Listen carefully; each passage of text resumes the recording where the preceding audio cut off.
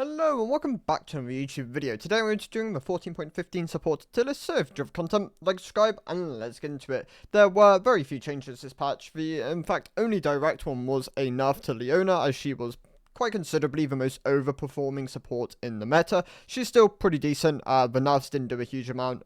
She lost a bit of damage on her passive later on to the game, which was very minimal. It really doesn't affect a huge amount of her strength. The more important one was for 20 damage nerf to her W, so at max rank that is going to be losing a bit of damage. Of course, that does hurt her ability to consistently win all-ins. She does lose a bit of damage rotation on that ability, but overall, in some situations, it can even enable the ADC to get an additional kill. No, you are no longer stealing said kill from them, and that can even create situations where they snowball, have the advantage, and can create win cons from that scenario. But let's go over the tier list. So the D tier is going to consist of the same champions. We have Twitch, we have Ashe, we have MF. These are like your marksman support options with different variations of builds. AP Twitch, AP MF, more supportive hybrid, just cooldown reliant Ashe. None of them really perform that well at the moment. Obviously Ashe support was a lot more favorable in the past. She definitely had strong functionality here, but the builds have kind of shifted, combined with the nerfs which she received pretty directly, just to ADC Ashe and support Ashe in general, have meant that she now sits within the D tier. And afterwards, obviously, Halo Blades did hurt this pick as well. She was pretty reliant on that as her main keystone here. Alongside these three, we have Malphite, we have Veigar, and we have Hui. Hui, pretty good as an APC at the moment. He definitely has a lot of strengths there. As a support, not really finding the same level of traction. Tends to be a bit more reliant on CSing and getting that income and being able to snowball through that. His outright supportive capabilities just aren't really high enough. He's also a bit more difficult, which is why he tends to sit a bit lower on the support one. Arguably, he could probably rise up to the C tier. Veigar's case, he wants to stack using his Q on the minion wave. Taking that away from him definitely hurts his ability to scale up in the game. Obviously, as support, his cage tends to be where most of his value lies. And if you pair him with the correct things, you can definitely get a bit more value out of a pick like this. Playing more around like being mobile across the map, utilizing your cage to find angles on people, and that's where most of his strength as a support would lie. In Malphite's case, he's very much built around his R. He has relatively okay trading patterns with like his Q, Arcing Comet, but the strengths just aren't really enough to push him further up the tier list. He's a bit more gimmicky. You can really struggle in a lot of lanes, and I mean, if you can play around your ultimate and your Q harass into lanes where it functions, maybe you're playing into heavy AD comps, then there can definitely be value from a pick like this, and he probably sits towards the high end of the D tier at the moment, but yeah, once again, not quite high enough to hit the tiers above. Moving on to the C tier, we have three picks here. We have Yuumi, we have Swain, and we have Senna. In Yuumi's case, she's very hard bound to certain champions in the bot lane, which very much prohibits the amount of strength this pick can have. Picks which utilize her on hit, combined with the attack speed of this champion's kit, it makes it quite punishing to play her with picks like Jhin, for example. MF Yuumi, also pretty rough. She doesn't have hard CC, which also can very much make her struggle in a lot of situations. She's good as an answer into like enchanters, where you can really utilize the strength of being able to scale throughout the game, be really strong later on alongside like a hyper carry option, something like a Zeri, for example. Of course, you can still pair quite nicely with the likes of Nyla. There's definitely strengths to a pairing like that. Even the likes of Lucian, pretty nice for her, as it allows her to have a bit more mobility. Pairs quite nicely with the Light Slinger passive as well. Of course, that is being buffed in 14.16, so there could definitely be some more strengths there, but for the most part, she sits as a C tier, can rise up a bit depending on the pairings you play with her. In Swain's case, he's been underperforming as a support for a while now. Obviously, they're looking to do some sort of changes to him to kind of enable him to be a bit stronger in, I don't know which role at the moment. Like, they might choose to make him a top laner, might choose to make him an APC. I highly doubt the APC option. They tend to try and avoid that, as that can create pretty weird scenarios where if you have like a really dominant APC, it can really mess with the meta, and like a lot of people just don't really enjoy playing AP champions within the bot lane. That is pretty commonly known at this point. If you're playing the marksman role, you primarily want to play a marksman.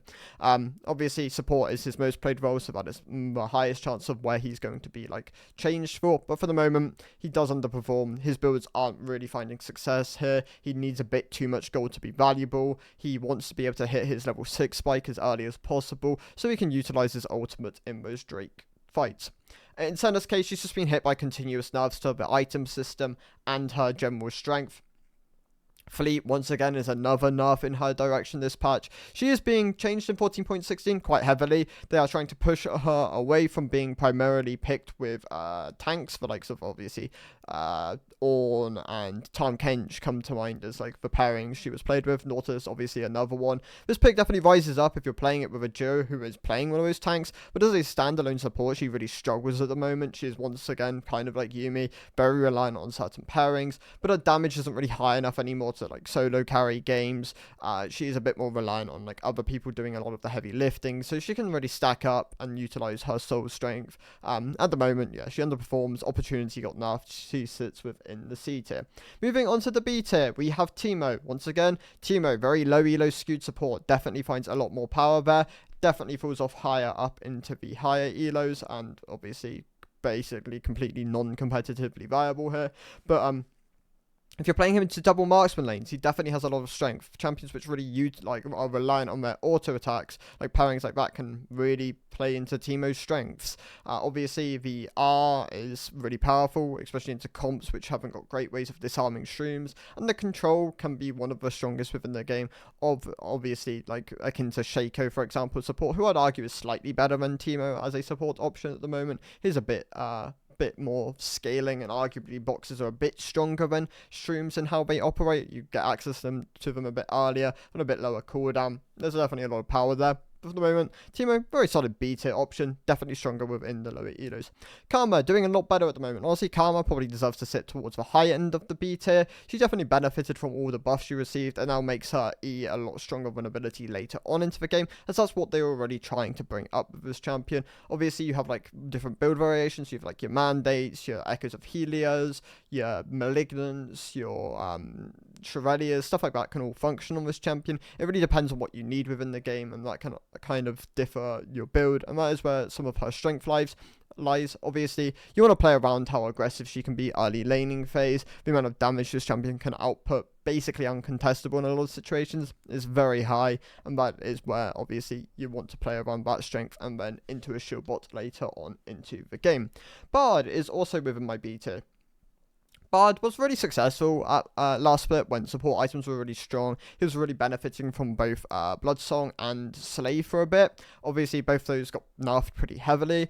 Bard himself also got nerfed a bit, trying to push him away from being so strong on his tanky builds, where he could genuinely, in some scenarios, actually 1v1 a lot of the marksmen. Obviously, we've seen nerfs to a lot of the itemization. We saw nerfs to his kit.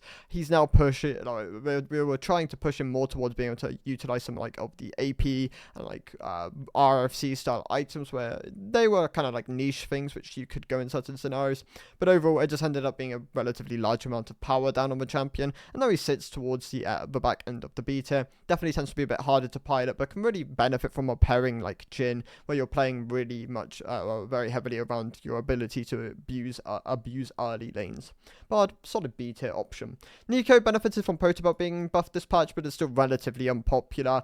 Not quite enough to really push her into the A tier either. Obviously, as support, she does have a lot of strengths. For Snare is valuable. Her early game harass is quite oppressive, can be very strong in certain scenarios. But once again, not quite enough to really push her into the A tier. She can really struggle if she's not snowballing and really ahead of the curve. Definitely kind of sits as, like a mid B tier option at the moment. Pantheon was thriving for a bit, has kind of fallen back down again. He's not the worst he's been in the support world. Like, he's a viable pick, definitely.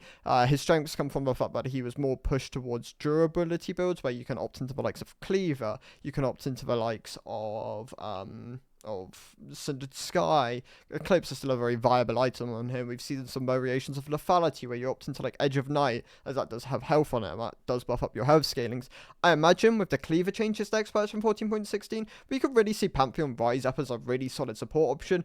If his E is able to just instantly shred targets using that item, Pantheon could definitely really take over across the map, and maybe he'll get nerfed in 14.16. But really, watch this space. Pantheon could definitely be in a lot better of a spot next patch. For the moment, though, he is a solid B tier option.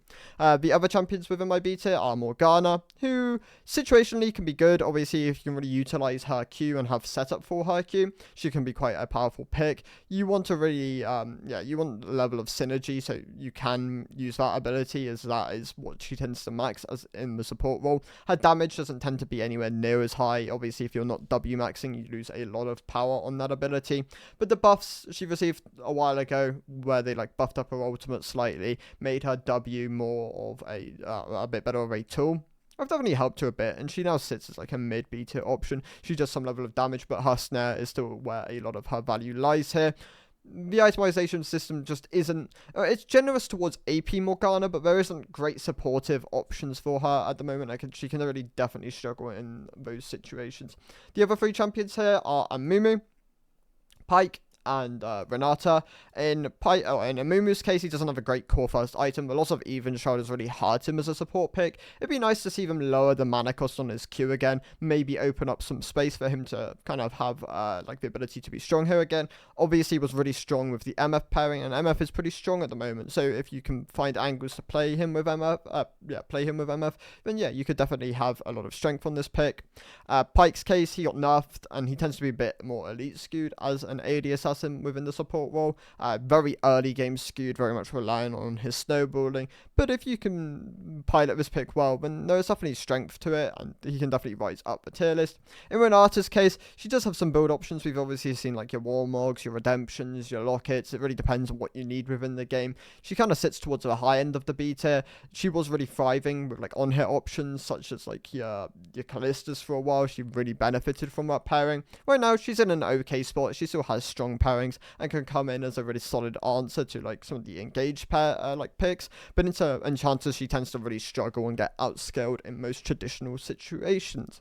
Moving on to the A tier, we have a new addition in Fiddlesticks. He's seen a bit of a play increase, and he's not a bad pick by any means.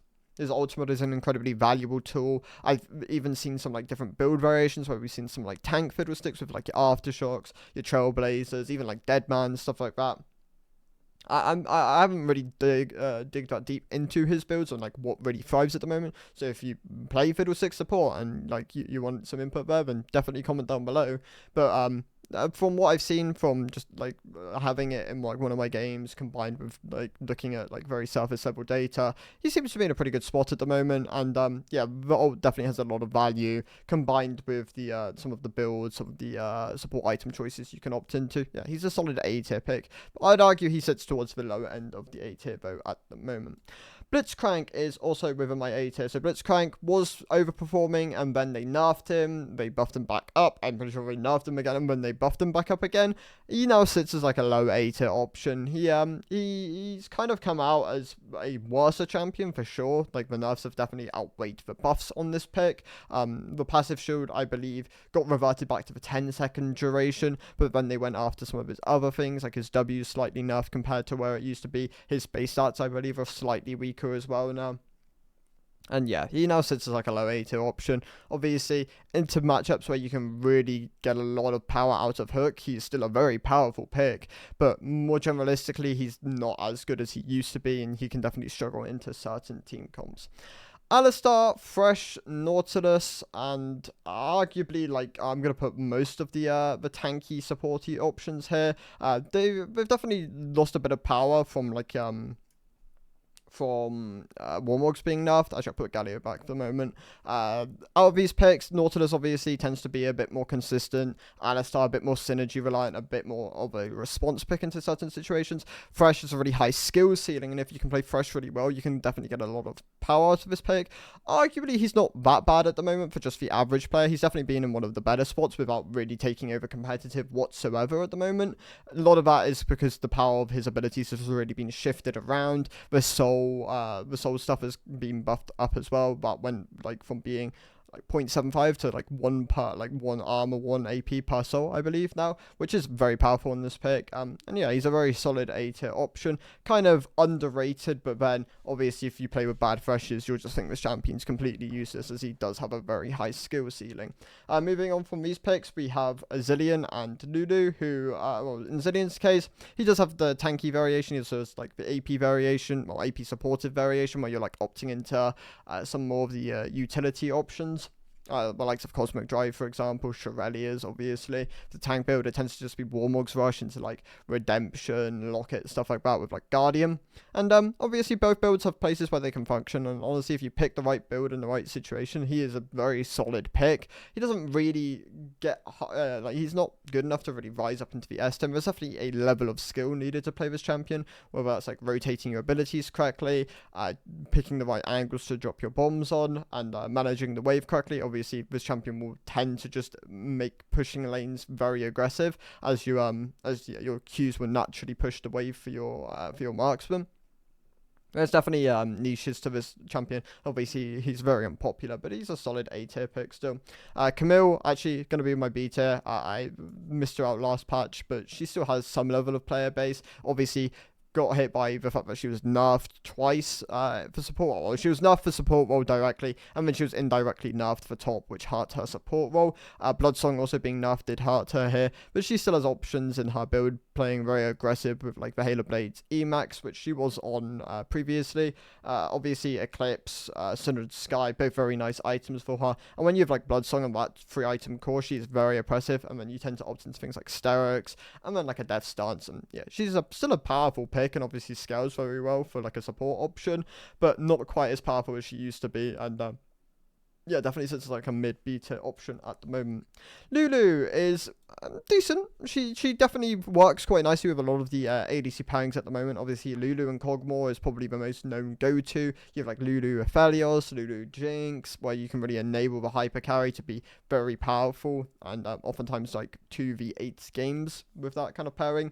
Does lack the CC, obviously, which a lot of the heavy like tanky durability supports have, which I mean, obviously she's an enchanter, so she shouldn't have access to that level, but like tools like Polymorph still very powerful for shutting down a level of engage. Like her R does have a level of disruption ability, her E is still a very powerful tool, and yeah, Lulu in a pretty solid spot at the moment. Definitely like a high A tier pick in her current state. Tahm Kench, relatively underrated as a support option at the moment. This actually just tends to be Grasp Heart still as like your primary Tahm Kench support, and that does tend to operate a bit better within low elo, where you're more likely to get consistent Heart Steal procs, whether that's because people just don't really respect the Heartsteel as like, oh, this guy's getting a Heartsteel proc on me, I should maybe back off, let it reset, or just not enable him to like continuously stack this item. Fights tend to be a bit more frequent. You see more often skirmishes which are like extended as they're more poorly executed in certain circumstances, and honestly Tahm Kench can benefit from that. Plus his ult is obviously an incredibly valuable tool. It can be a really strong safety net for a lot of the marksmen who you really can enable to play quite aggressive. In the past, I really hated Tahm Kench support as an option. I felt like it was really lackluster, and like you were playing him primarily for his ult. But in the current state of Tahm, where you can actually utilize most of his kit and have value as a support, yeah, I think he's a solid A tier pick in his current state. Shen obviously has seen play because of his ability to shut down Leona, who is like number 2 picked support of the patch at the moment. Obviously, Leona being nerfed is going to indirectly hurt Shen, as that was primarily what he was played into. But Shen support is just like a generalistic pick, kind of akin to Tahm. Isn't bad by any means. His ult is very valuable. He can go the likes of Heartsteel into like supportive items and have a pretty good time. And yeah, he's a very solid A tier pick. Followed by Zac, Maokai, and Galio, who all follow relatively similar trends to each other. Obviously, they have really powerful tools in their kit which can enable them to be good supports. Galio's W, Zac's ability to engage from long range, combined with his pretty high damage and his passive, which will be very valuable for dives in situations like that. In Maokai's case, he's also very valuable for dives, being able to drop aggro with his W. His E gives him incredible vision and can be very hard to gank lanes with Maokai in. Obviously, if you're if you're in a situation where like you're snowballing and you're like struggling to really find your footing, then you can just chain in situations, which can feel quite rough on this pick. But he still has a lot of strengths. His R is an incredibly good engage tool, can really shut down fights or enable fights to take place. And yeah, these 3 picks also very good at the moment, so definitely don't sleep on the A tier. I do think a lot of the A tier is in a really good spot at the moment, and oftentimes if you're able to pilot these picks well, then they can quite comfortably outperform S, as most of this tier list does. Arguably, the C tier and the D tier, I would say, are like, you're going to have a really hard time to find the same level as like your B, A tier, S tier picks, but they're not by any, well, I mean, other than like the D tier, which I'd argue for the most part is unplayable, outside of like very, very niche scenarios. The C tier can still find like games where they can take over. Obviously, like Swain, Senna, Yumi can all be very useful. Moving on from these two picks, we have Vel'Koz and Lux, who are relatively artillery-based burst mages in the support role. Both of them in a pretty good spot at the moment. Obviously, Vel'Koz got buffed for his base damages, and he really benefited from that. In Lux's case, she's been pretty good for a while. Obviously, she's the most popular support in the game, so they do want to keep her in a spot where she is consistently viable. Her snare, her damage, all pretty good at the moment. She can definitely snowball games solo, but can really struggle from behind. Oftentimes, the difference between a fed Lux and a non-fed Lux is very noticeable, as her ability to one-shot combo burst people does get heavily negated by not having as much gold accessible to her. And then we have the three champions here. We have Rakan, we have, well, actually, we've got three more champions which are staying here, so that'll be Rakan, Soraka, and Shaco. Shaco, very underrated at the moment, a great controller, definitely very solid support. He's even been nerfed for support in the past, and he's still very strong at the moment. The itemization system's also pretty nice for him. In Soraka's case, she's still a great enchanter. Her global ultimate combined with her itemization is all pretty good at the moment. She could definitely struggle into like some of the hook options if she's not able to really retaliate or doesn't have the tools to. In Rakan's case, he's a great engage / enchantery hybrid option. He can play front to back really easily.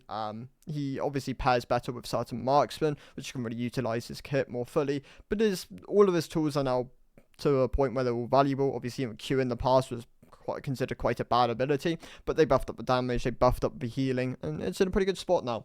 Moving down from the S tier, we have two champions. We have Rel and we have Braum.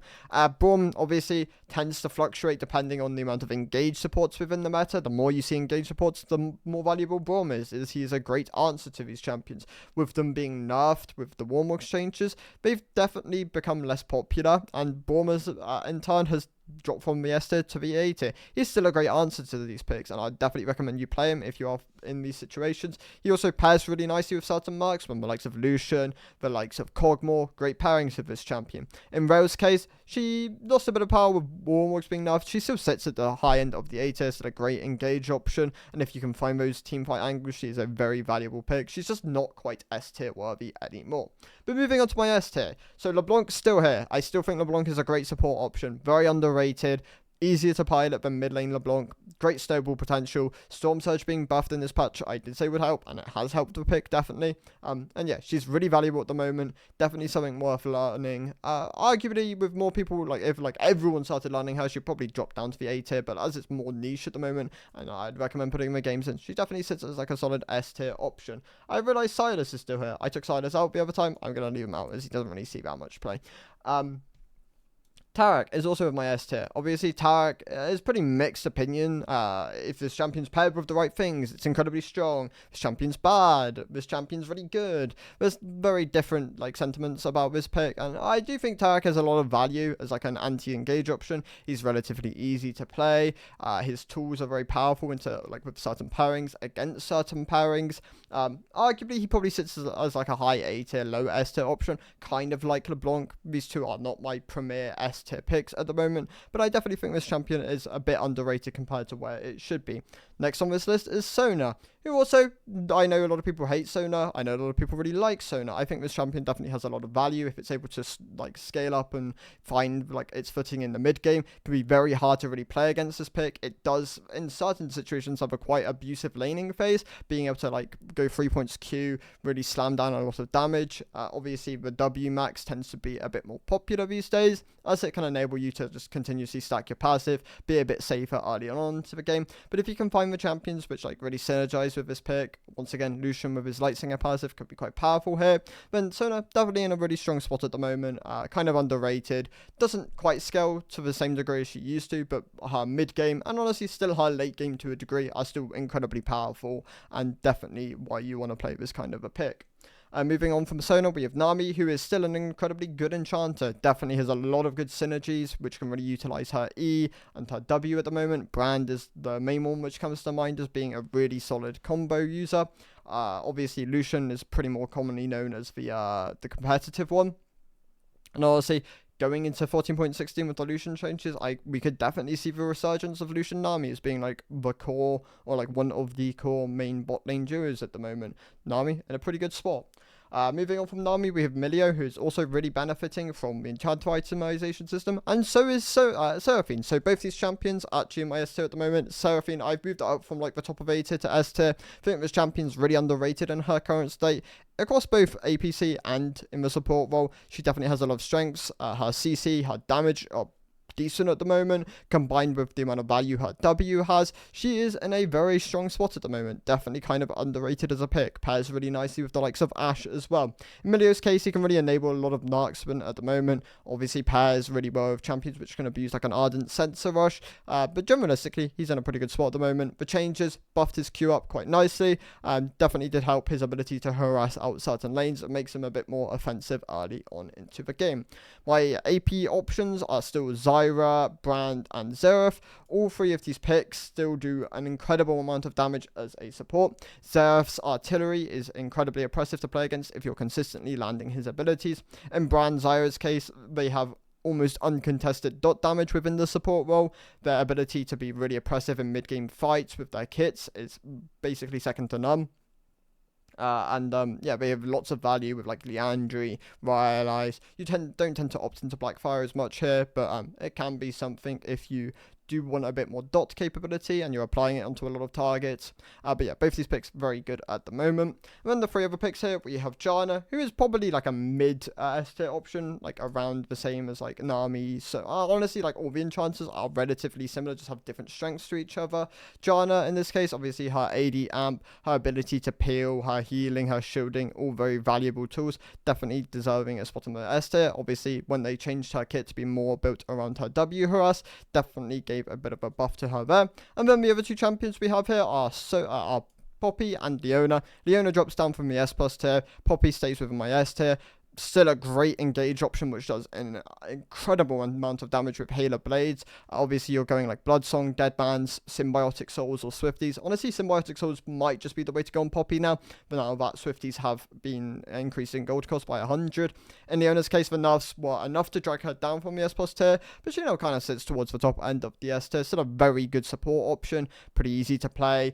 Can struggle in situations where you are like chain snowball inting as well, but does tend to be an issue with a lot of these engage support options, as once you get going it can be quite hard to really find the middle point where you're no longer just dying in every single situation you go in on. But Ultimate's an incredibly valuable CC tool. Her kit still gives her a lot of inherent tankiness, can really enable dives. Obviously the damage is a bit lower, but not to the degree where she's suddenly not doing damage. She still does a lot of damage and can be quite valuable on that front. Yeah, very deserving of an S tier pick still. So those are my thoughts on the 40.15 support tier list. Thank you guys for watching, and I will see you in the next one. Goodbye.